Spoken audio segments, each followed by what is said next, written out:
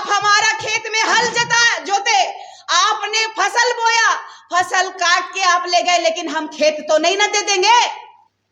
आप यहाँ हल चलाने आए, खेत जोतने आए, फसल उगाने आए, अपना परिवार को चलाने के लिए आए, लेकिन ये कहाँ का न्याय है? कौन सा संविधान में लिखा हुआ है कि दूसरे का खेत, दूसरे का संपत्ति को, दूसरे का जाति को, दूसरे का धर्म को वो अपना बना ले? ये दुर्भाग्य का विषय है। जो भाइयों को, ये बहनों को, चाहे गांव में लोग, हमारे समुदाय के लोगों को छुआछूत बोल करके दरकिनार कर देने वाले लोग, आज हमारे भाई भाई कैसे हो गए?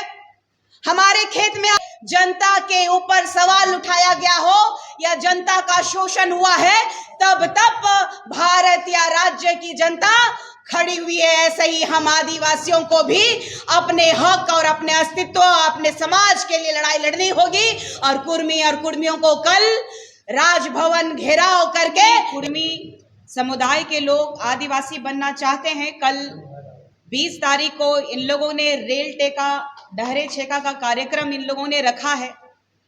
और पूरे झारखंड की ये स्थिति है आज के समय में कि आदिवासी समुदाय ऑलरेडी अपनी बुनियादी सुविधाओं से जूझ रहा है।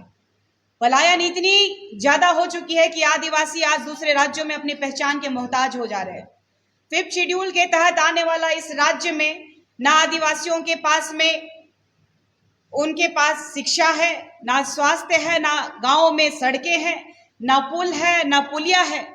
आज कुर्मी और कुर्मी समुदायों के द्वारा कई ऐसे वीडियोस वायरल हो रहे हैं जिसमें आप देख सकते हैं कि एक कुएं से पानी लेने के लिए भी भेदभाव किया जा रहा है कि उच्च जाति का है कि नीची जाति का है, चाहे आदिवासी हो या तो यहाँ के दलित मूलवासी हो, सभी का इन लोगों ने बढ़ चढ़ के बहिष्कार किया है। और इन लोगों का जो चाल चरित्र है दूसरे समुदायों को नीचा दिखाने का, पहले भी मैंने कहा है, इनको सबसे पहले पता होना चाहिए कि ये कुर्मी है, कुर्मी है या महतो।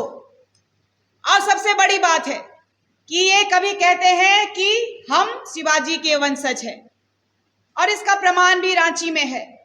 मैं इनसे पूरा पूछना चाहती हूं कि जो भारत का सबसे बड़ा राज्य जो है राजस्थान, तो इस राजस्थान में जब हल्दी घाटी में, जब अंग्रेजों के समय नहीं, मुगलों के समय जब इस देश के प्रति जब लड़ाई लड़ रहे थे कि भारत देश को बचाना है, अपने साम्राज्य को बचाना है, महाराणा प्रताप जी मुगलों से जब लड़ रहे थे, तो कौन आया था? आदिवासी समाज था।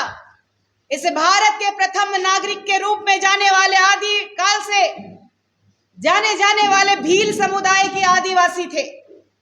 और आदिवासी एक पहचान का मोहताज नहीं है। मैंने कहा है, आदिवासी पैदा होते हैं, बनना नहीं पड़ता है। और इन लोगों का जो रवैया है आदिवासियों के प्रति, या तो फिर आप देख लीजिए मूलवासी जो दलित वर्ग के हैं, आज ही नहीं, जब अंग्रेज थे उस समय भी हमारी महिलाएं और दलित महिलाएं जो है ब्लाउज पहनने के लिए टैक्स देती थी। और आज भी हमारा जो झारखंड राज्य है इस तरीके से दरिद्रता में है कि आज 28 विधायक जो आदिवासी हैं आरक्षित सीटों पे, और आज इस झारखंड राज्य के माननीय मुख्यमंत्री आदरणीय बड़े भाई हेमंत सोरेन जी भी एक आदिवासी बेटा है। दुर्भाग्य है कि आज केंद्र में बैठी हुई सरकार, जिसकी जिम्मेदारी है कि इस राज्य में 5th शेड्यूल के तहत आने वाला राज्य में CNTSPT एक्ट को प्रखरता से लागू किया जाना चाहिए। सबसे बड़ी बात एक चीज है कि इस राज्य में आदिवासियों के हित के लिए जब पेशा अधिनियम 1996 लागू करने के लिए जब आप देखिएगा हाई कोर्ट जब बाध्य कर रहा है, उसके बावजूद हमारा झारखंड राज्य में हमारी सुनवाई नहीं हो रही है। हमारे बच्चों के लिए, जो पढ़ने लिखने वाले बच्चे हैं, उनके लिए एक भाषा एकेडमी तक नहीं ये लोग बना सकते हैं। हमारे बच्चे जो सरकारी छात्रावास में रहते हैं, किसी तरह से उनके माँ बाप 1-2 रुपया जमा करते हैं और हॉस्टल में जमा करके उनको कहते हैं बेटा अच्छा से पढ़ना ताकि अपने राज्य का, अपने देश का नाम रोशन करना। लेकिन वहां पे एक बावर्ची तक नहीं है। ये हाईटेक की बात करने वाले लोग, हमारे बच्चों के लिए एक कंप्यूटर और एक लाइब्रेरी सुविधाएं नहीं दी गई हमारे लोग जब बीमार होते हैं गांव से तो खाट पे लेके आ जाता है। ऐसे में इन्होंने कहा, अभी कुशवाहा समाज को प्रतिनिधित्व करने वाले बड़े भाइयों ने कहा कि ये परजीवी है। इन्होंने ठीक कहा कि ये रक्षक किसी के नहीं हो सकते। ये लगातार अपना भक्षकपंथी का अपना जो मुखौटा है उसको दिखाने का काम कर रहे हैं। आज भारत के संविधान में संवैधानिक तरीके से अगर ये लोग प्रोटेस्ट करते तो आज बंगाल के हाई कोर्ट में और पुरुलिया के एसडीएम और एसपी साहब प्रेस कॉन्फ्रेंस करके इन लोगों को चेतावनी ना दे रहे होते। साफ साफ बंगाल की सरकार ने कहा है कि ये संवैधानिक तरीका नहीं है किसी भी धर्म, जाति में, समुदाय में आपको जाने का, या तो फिर किसी भी मांग को लेकर के ये संवैधानिक प्रोटेस्ट नहीं है। हमें ये संविधान का पाठ पढ़ाने वालों से मैं पूछना चाहती हूँ कि आदिवासियों को कमजोर, आदिवासियों को दबा कुचला समझने वाले महतो कुर्मियों को मैं पूछना चाहती हूँ कि आदिवासी अगर है तो आदिवासी ही रहेगा, लेकिन अपना अस्तित्व देख लीजिए। आप ओबीसी है, ओबीसी कैटेगरी में भी BC1 और BC2 आता है। BC1 में एक्सट्रीम बैकवर्ड क्लास के लोग आते हैं, उसमें सबसे बड़ा जात में कुर्मी आते हैं। ये एक्सेप्ट ही नहीं कर पा रहे हैं। जिस तरीके से बिहार में कुर्मी समुदाय के नीतीश बाबू आज मुख्यमंत्री के रूप में पदस्थापित है, वो यही चाहते हैं कि एन प्रकार चाहे लाठी उठाना पड़े, चाहे हत्या करना पड़े आदिवासियों का, तो ये वो भी करने के लिए तैयार है। आज जागना होगा हम आदिवासी भाइयों को, यहाँ के मूलवासियों को, क्योंकि ये आदिवासी और मूलवासियों के बीच फ्रिक्शन पैदा करके, लड़के काट के मार करके ये अनुसूचित जनजाति में ये शामिल होना चाहते हैं। जब एसटी भाइयों को, ये बहनों को, चाहे गांव में लोग, हमारे समुदाय के लोगों को छुआछूत बोल करके दरकिनार कर देने वाले लोग, आज हमारे भाई भाई कैसे हो गए।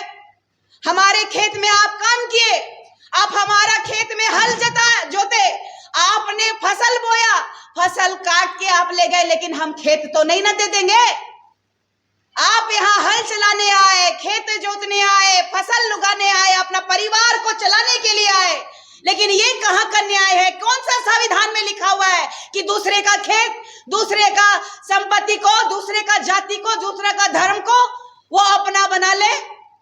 ये दुर्भाग्य का विषय है। जो हमारे आदिवासियों के, मूलवासियों के हितैषी नहीं हो सकते, जो कम्युनिटी सिर्फ और सिर्फ स्वार्थ के लिए और सिर्फ झारखंड की राजनीति में अपना परचम लहराने के लिए अगर अपना रेल टेका और डहर छेका कार्यक्रम करने में अगर ये लोग कह रहे हैं कि एन प्रकारन कोई भी आ जाओ, ये चैलेंज कर रहे हैं, ओपन आदिवासी नेताओं को चैलेंज कर रहे हैं, लेकिन ये दुर्भाग्य है, हमारा झारखंड राज्य के बिना ये पूरे भारत में औद्योगिक क्रांति नहीं हो सकती है।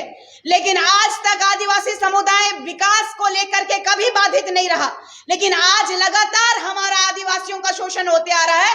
अब आदिवासी समाज जो है चुप नहीं बैठेगा। आदिवासी समाज ने बिगुल फूंक दिया है।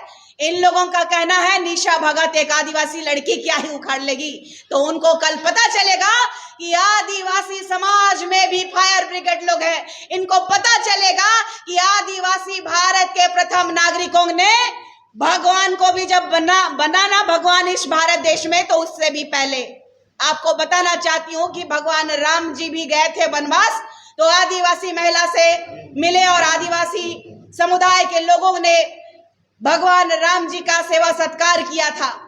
उससे पहले से हम लोग हैं, और आज आदिवासी समुदायों को कहां ढकेला जा रहा है? आज हमारे देश की प्रथम नागरिक संवैधानिक तरीके से रूढ़िवादी परंपरा को मानने वाली एक बेटी महामहिम जो यहाँ राज्यपाल रही, वो राष्ट्रपति है द्रौपदी मुर्मू जी। आज हम लोग यहाँ से बात नहीं बनेगा तो दिल्ली तक जाएंगे और इस बार आर पार की लड़ाई लड़ेंगे और कुर्मियों को ये बताने का काम करेंगे। पुनः मैं कहती हूँ कि आदिवासी पैदा होते हैं, आदिवासी बनाए नहीं जाते हैं। धन्यवाद। राजभवन कल का कार्यक्रम 11 बजे से है और सभी झारखंड के हमारे तमाम आदिवासी जनजाति के लोगों को और मूलवासियों को मैं आह्वान करना चाहती हूं। आपकी बेटी ये कहती है कि इस बार आप नहीं जागेंगे तो आने वाला पीढ़ी में ना आप मुंह दिखा पाइएगा, ना ही हमारे समाज में आप ये कह पाइएगा कि आदिवासी है, क्योंकि आदिवासी नेता आज मौन है।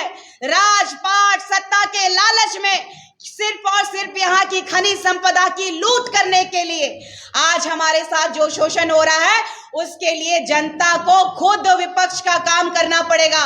जनता को अपने हक की बात और अपनी लड़ाई खुद लड़नी होगी। जब जब प्रशासन और हमारा झारखंड राज्य का सरकार हो, चाहे भारत की सरकार हो, जब जब हमारे जनता के ऊपर सवाल उठाया गया हो या जनता का शोषण हुआ है, तब तब भारत या राज्य की जनता खड़ी हुई है। ऐसे ही हम आदिवासियों को भी अपने हक और अपने अस्तित्व, अपने समाज के लिए लड़ाई लड़नी होगी। और कुर्मी और कुर्मियों को कल राजभवन घेराव करके एक मुंह तोड़ जवाब देने का समय है। इतना ही कह के अपने